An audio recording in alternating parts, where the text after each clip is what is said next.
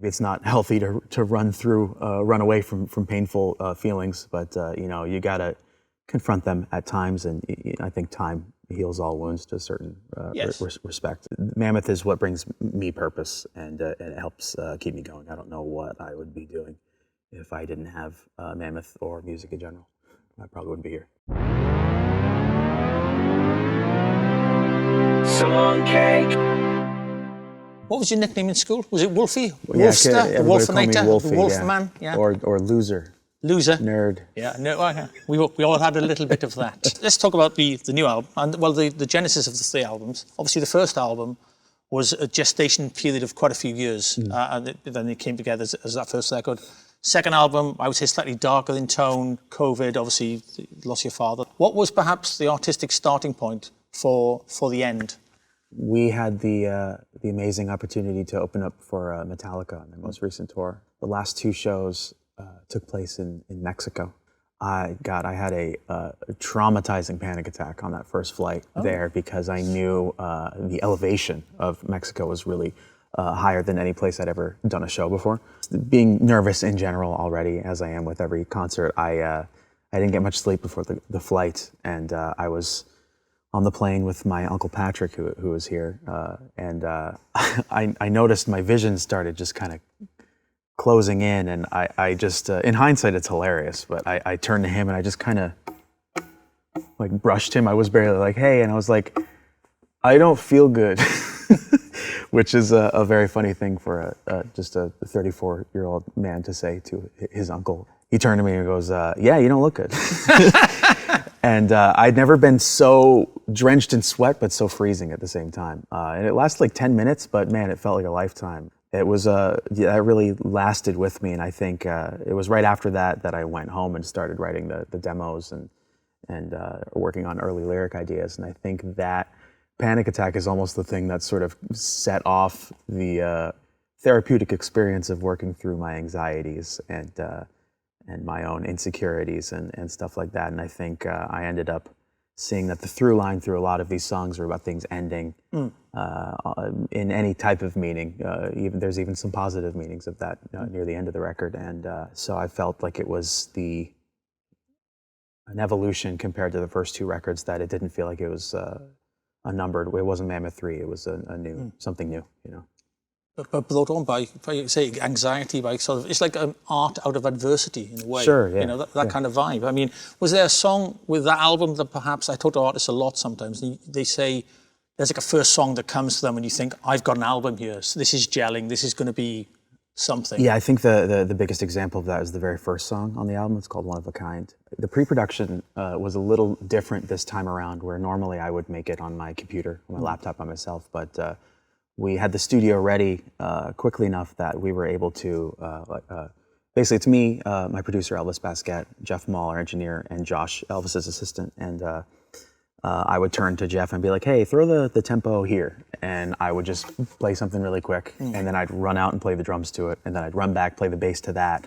And was just slowly piecing together stuff in the most live way possible you could as one person. It allowed me to take a bit more risk and take a chance in comparison of taking 3 hours to write a demo on your computer. And I think songs like One of a Kind, I Really Wanna, and even the title track wouldn't exist the way they did, because I wouldn't have been like, hey, for the end, let's open the song with 40 seconds of tapping, or hey, for One of a Kind, let's lull the listener to a false sense of security and just immediately explode and change the tempo within 30 seconds of it, So it allowed me to take more chances, and I think the album is better for it.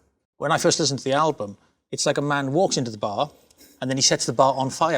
And that's how that song comes to life, doesn't he? You think, oh, this is nice. He's chilled out. What a lovely chap. And then he goes, boing. That's my impression of your song. Boing. Yeah. You started playing drums at 9, and that's where you sort of started. But I'm interested in when you talk about your producer saying you can sing, because I think it's hard to have that confidence. When did you realise you could actually sing? Do you think you can sing? I can hold a note. Say you can hold many notes.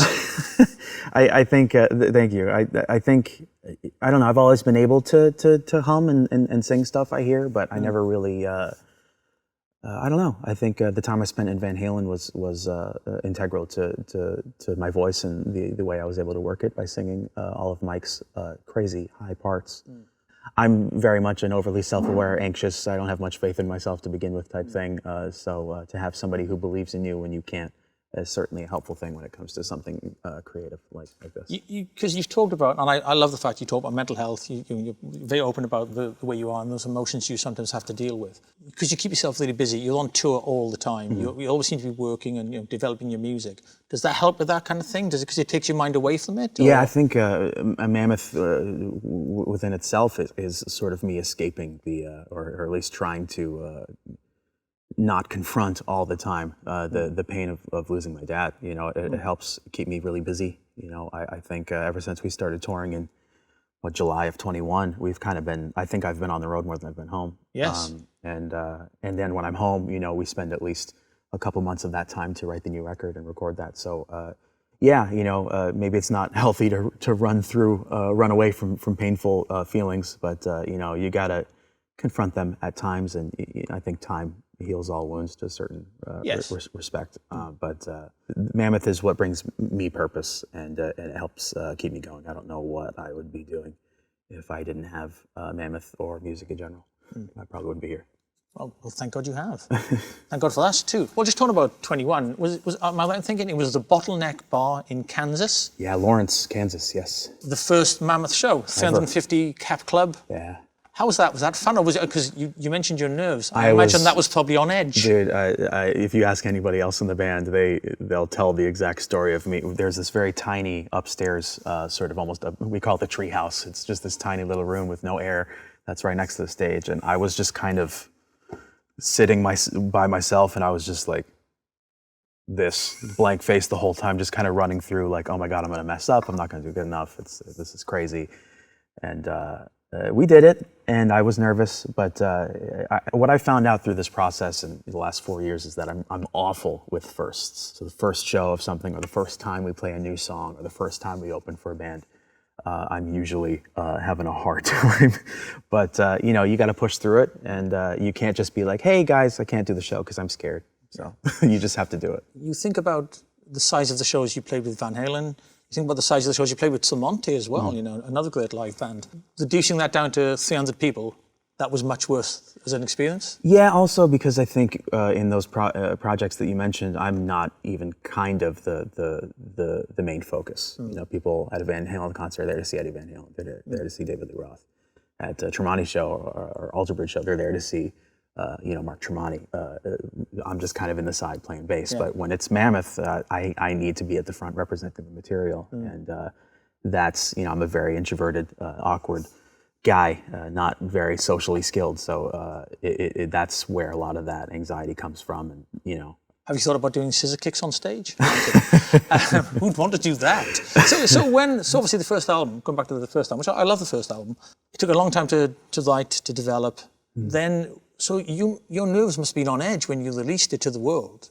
Sure. Yeah, I think, I don't know. I think considering, the lineage and everything, it really is, it's tough to try and find your way on your own, to try and make an artistic statement on your own and be judged at face value. It's a very difficult, almost impossible thing if you know of me or of my father or of Van Halen to some degree.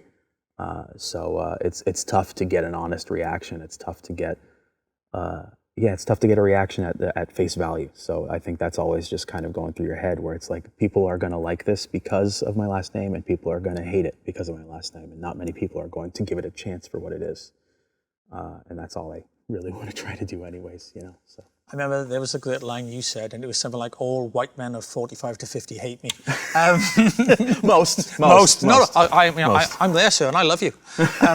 And also there was another great quote, which I hope you won't mind me saying. You're saying a lot of people see you as an extension of the name and not as a person. Sure, but that must hurt. Well, I think that's typical for any sort of parasocial relationship, and any type of fan of anything doesn't really see the things they like, or the music, musicians or artists they like as people. They're really just kind of this thing that gives them a thing, and that's kind of about it. Just going back to, obviously you were 9 You started playing drums first.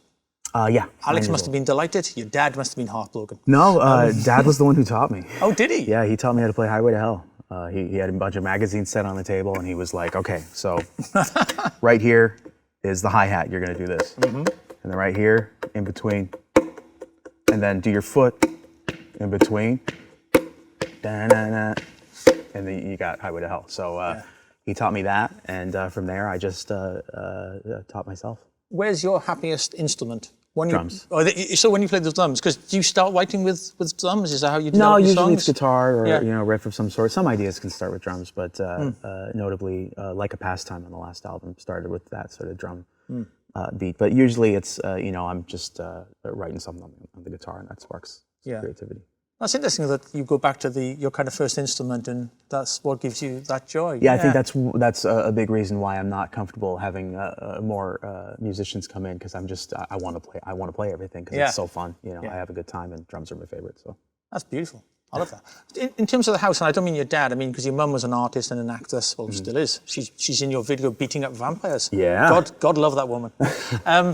Was it a musical household? Was there always music playing? Yeah, I know, and instruments all over the place, so I would always pick stuff up and try and figure them out. But yeah, no, certainly an encouraging, a musically encouraging household for sure. Never forced, but when Dad saw that I could tap my feet to the beat of something, he was like, yes.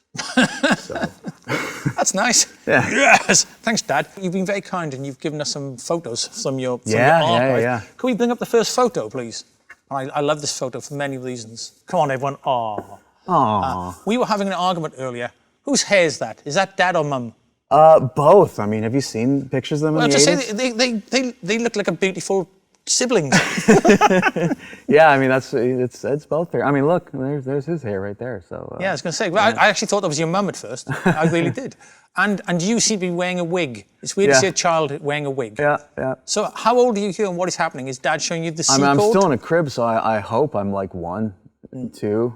Less. I don't know. What's the appropriate age for that? I don't know. Well, for playing guitar, I think it's 18.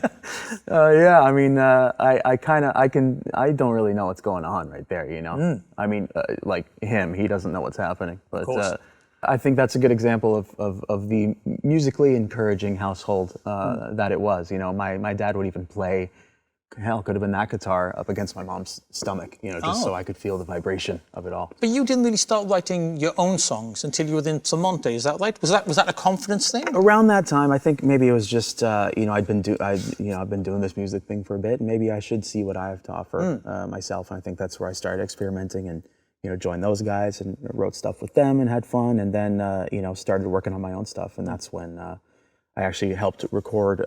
It was the 2 Tremonti albums. Cauterize and Dust. We recorded them at the same time and then spread them out a year apart. That's Elvis Basquet produced that as well, that's where I got to see him, how he works, and realized that I loved the guy. And so I pulled him aside at one point and showed him some of my demos, and he was really interested. So that's when we started working together after we recorded that in the top of 2015. Was Mammoth one of the first songs you wrote? Am I right in thinking that? Mammoth 1. That was the title for the song Mammoth off the first album. So I guess I was just writing it with intent for that. Yeah. That's a great song. I mean, it's a fully formed song. Yeah. How old were you when you wrote that? That was probably 2013, 2014. So I was, 22, 3. And was it like it is now? Were you doing everything on your own? Yeah. Arranging, producing, singing? No, well, Elvis being the producer, but yeah, playing and singing everything, yeah. This is your best and most cohesive album, isn't it? I would agree, yeah. I think I would hope so. I'm definitely the most proud of it. Not that I'm not proud of anything else, the other 2. I just think this is the most, I think, realized, mature, confident Mammoth record, yeah. Song cake.